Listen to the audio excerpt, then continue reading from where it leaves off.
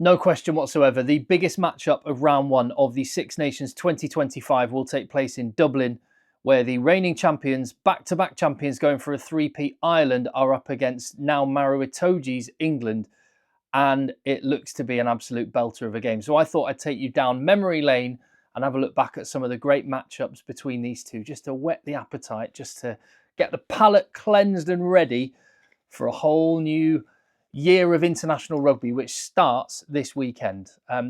Please leave your comments down below, hit subscribe on the channel, give the video a thumbs up. I'm trying some new stuff through this Six Nations, including, if you're watching this on Friday, a live stream, just a Six Nations warm-up 2 hours before the first kickoff, just a little bit of a warm-up to the weekend. So another reason to hit subscribe and hit that notification bell so you get told when I am going live. But without further ado, let me get into it then. You could probably predict some of the games that I'm going to talk about. I'm going to keep it to the professional era, and I'm going to start in the year 2000. It was a new century, but one to forget for Ireland. An absolute beatdown for England, 50 points to 18. Now, England had underperformed at the Rugby World Cup. We had that image of Jonah Lomu running over the England team. It was a new era for the England team, a new team. The bulk of this side would go on and win the Rugby World Cup. Some of the names that are household names in the world of rugby were on the field that day and absolutely took it to Ireland, who, by contrast, there are, I think, 9 players in that starting 15 that following that Six Nations, they would be gone. There was a massive turnaround after this one. Look at the space that international defences gave teams back in the year 2000. No wonder Ben Cohen was able to absolutely shred Ireland to bits. There was Austin Healy as well, just carving it up. England scoring at will.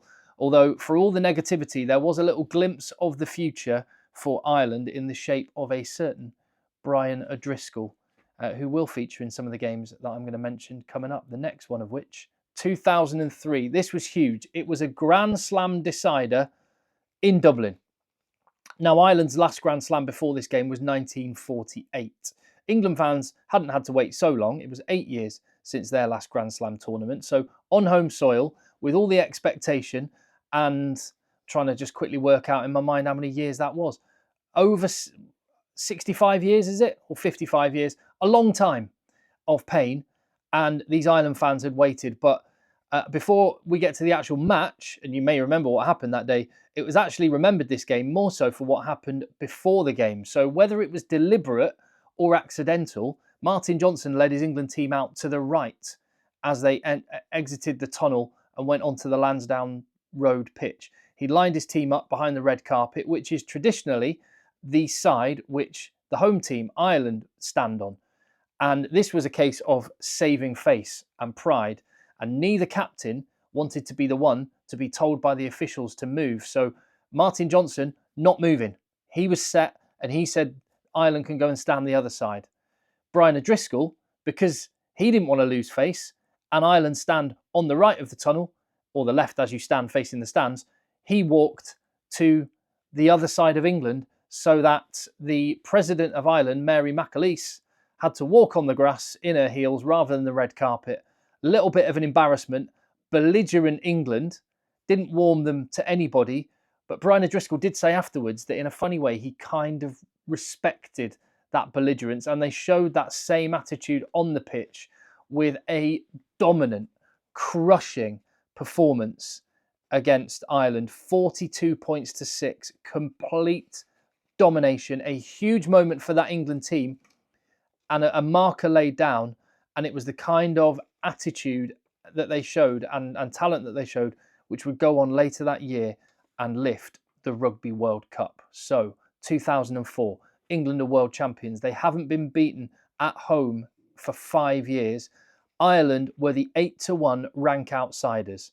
Brian O'Driscoll made a comment in the week that they're going to go and try and take on the Prawn Sandwich Brigade, which didn't endear him to Clive Woodward, who said, "We do our talking on the pitch. I have nothing to say to Brian O'Driscoll." But clearly Bod had got in Clive Woodward's head, and Ireland managed to bag their first Triple Crown in 19 years, 13 points to 19. Gordon Darcy with an amazing break, some quick phase play, and Gervin Dempsey with a memorable try in what was a fantastic win for Ireland, a triple crown, England's home record beaten, the world champions downed on home soil, and Ireland resurgent. And that was the trend of how things would start to go through the 2000s and 2007. You knew this one was coming up, didn't you? The first time an English team had played at Croke Park, the home of Gaelic sport.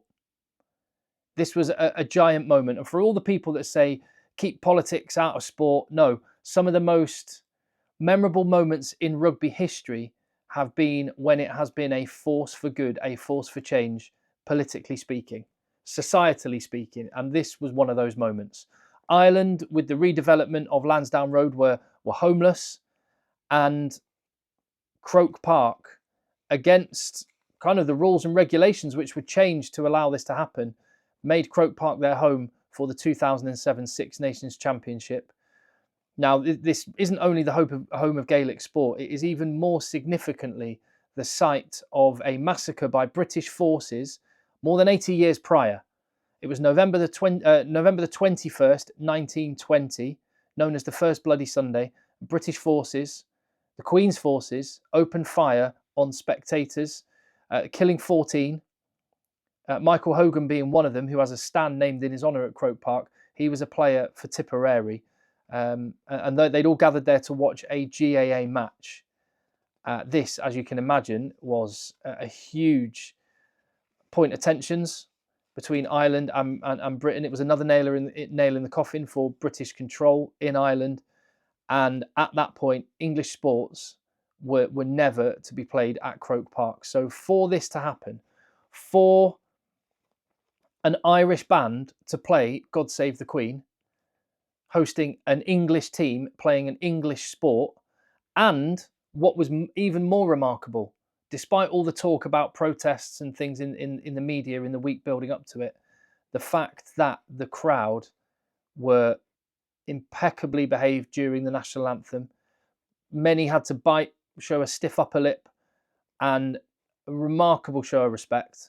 A huge moment for the nation of Ireland and for relations between the countries. And that was recognised by the English team, who applauded the crowd following God Save the Queen. I mean, I haven't even got onto the rugby yet, but that national anthem for Ireland will always be remembered for that image of John Hayes in tears. Jerry Flannery was in tears. Many others were. It was a hugely emotional moment, and Ireland managed to harness that emotion and channel it into one of their all-time great performances. And an absolute, talk about a demolition the year before, this was a demolition of England. It was always going to be Ireland's day. Very, very special. Again, if you haven't already, hit subscribe on the channel. If you appreciate the content, then I would love to have you on board as we move on to 2018. I think this is like Ireland wrote the script for this match. So their third ever Grand Slam in the history of Irish rugby, third ever on English soil, and one on St. Patrick's Day. And it was achieved with a first half blitz. Gary Ringrose getting the score, Ireland going to their aerial game, and a little bit of luck, good fortune in the first try, no luck in the second. Brilliantly worked try. The old Sexton wraparound that we saw so many times around 2018 and in the years afterwards.